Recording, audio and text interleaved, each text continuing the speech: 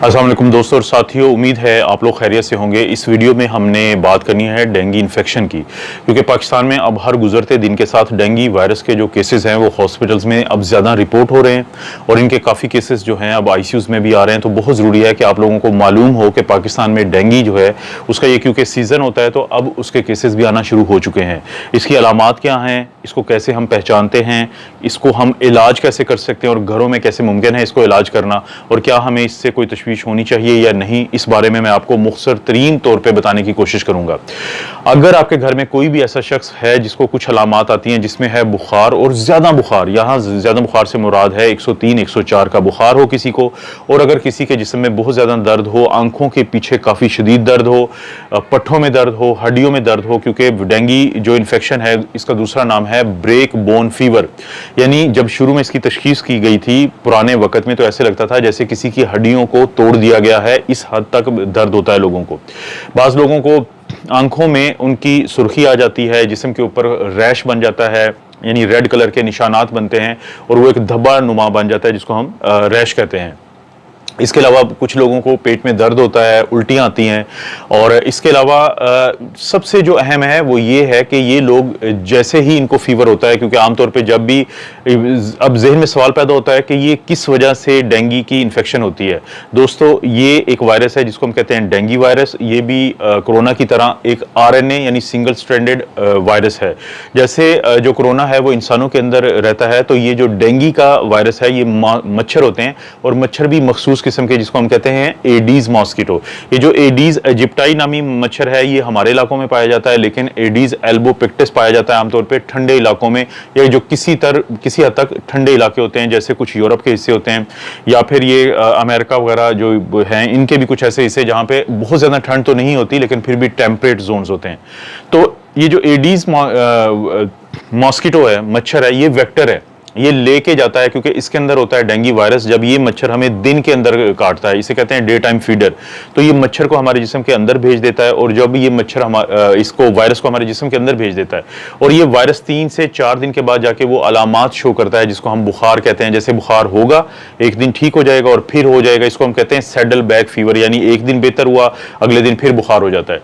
और सबसे ज्यादा अहम बात है हमारे लिए ये जानना कि अगर किसी के अंदर ये अलामात आ रही हो जिससे बहुत ज्यादा लगता है कि किसी को डेंगू हो सकता है, और डेंगू की तशखीस के लिए आमतौर पे डॉक्टर एक एंटीजन टेस्ट करवाते हैं जिसको हम NS1 एंटीजन कहते हैं, non structural protein 1 antigen NS1। ये बड़ा मशहूर है। इसके अलावा जिस तरह कोरोना वायरस का PCR टेस्ट होता है, इसी तरह RT-PCR होता है डेंगू की इन्फेक्शन को जानने के लिए भी। इसके अलावा कल्चर भी करवाया जा सकता है, और इन मरीजों में आमतौर पर WBC जो होते हैं वो नीचे होते हैं, प्लेटलेट्स भी कम हो सकते हैं इन लोगों में। बहुत जरूरी है कि घरों में आप इनको अच्छे तरीके से मैनेज करें, कि इनको आप पैरासीटामोल देना जरूरी होता है बुखार के लिए, कोई स्टीरॉयड नहीं देने होते, कोई एंटीबायोटिक नहीं देने होते, लेकिन इनके पानी का बहुत ज्यादा शदीद तरीके से ख्याल रखना होता है। हर सूरत इनको डिहाइड्रेशन से बचाना होता है, पानी इनको ज़्यादा से ज़्यादा देना होता है, क्योंकि डिहाइड्रेशन ही है जो बहुत बड़ा मसला बनाती है।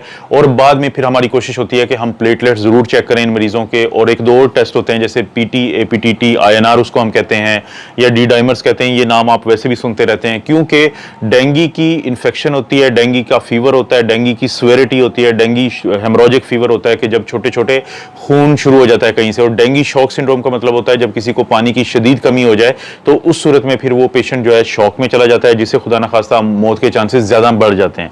अगर आप ORS पिलाते हैं, जूसेस पिलाते हैं, पानी पिलाते हैं, तो आमतौर पे ये नौबत नहीं आ पाती, और 5 से 7 दिन के अंदर कोई भी शख्स जो है वो सेहतयाब हो जाता है। लेकिन अगर खुदा न खास्ता किसी को डेंगू हेमोरेजिक फीवर हो जाए तो उस सूरत में हॉस्पिटल में दाखिल होना जरूरी है। हो सकता है कि किसी को प्लेटलेट्स लगाने पड़े, हो सकता है कि किसी को FFP हम उसे कहते हैं फ्रेश फ्रोजन प्लाज्मा, वो लगाना पड़ जाए, और भी बाकी जो ड्रिप्स होती हैं वो देनी पड़ती हैं। अगर किसी को उल्टी आए तो उस सूरत में फिर पानी की कमी को पूरा करने के लिए ड्रिप्स लगवाना जरूरी होती है डेंगू वायरस इन्फेक्शन के लिए। डेंगू को बचने के लिए कोशिश करें कि ये क्योंकि सुबह के टाइम और शाम के टाइम काटता है, तो आमतौर पे अगर आपने जिसको हम स्लीवलेस कहते हैं, बाजुओं वाली आप शर्ट पहने, आप कोशिश करें इन वक्त औकात में आजकल बाहर ना निकलें। अगर बाहर निकलना है तो डीट नामी एक रिपेलेंट होता है, वो लगा के निकलें, और कोशिश करें कि जो आपके इलाके में पानी जो है टायर्स के अंदर कहीं भी छोटी छोटी जगहों पर पानी खड़ा ना हो, क्योंकि वो एक बहुत बड़ी वजह होती है लार्वा के पैदा होने की, और लार्वा के खिलाफ एक्शन ही बचा सकता है। आप लोगों को पता है कि पुरानी हुकूमतों के दौर में बहुत ज़्यादा एक्शन लिए जाते थे जो कि मौजूदा दौर में नहीं लिए जा रहे। इससे बचा जा सकता है। इसकी वैक्सीन भी है जिसकी पहली डोज 0 डे पे लगती है, फिर 1 महीने बाद लगती है, और पहली 0 डे पे लगती है, 6 महीने बाद लगती है और 12 महीने बाद। ये 3 डोजेज हैं, ये आप दी जा सकती हैं, क्योंकि 1 महीने बाद पहले दी जाती थी लेकिन अब उसको 6 महीने में तब्दील कर दिया गया है।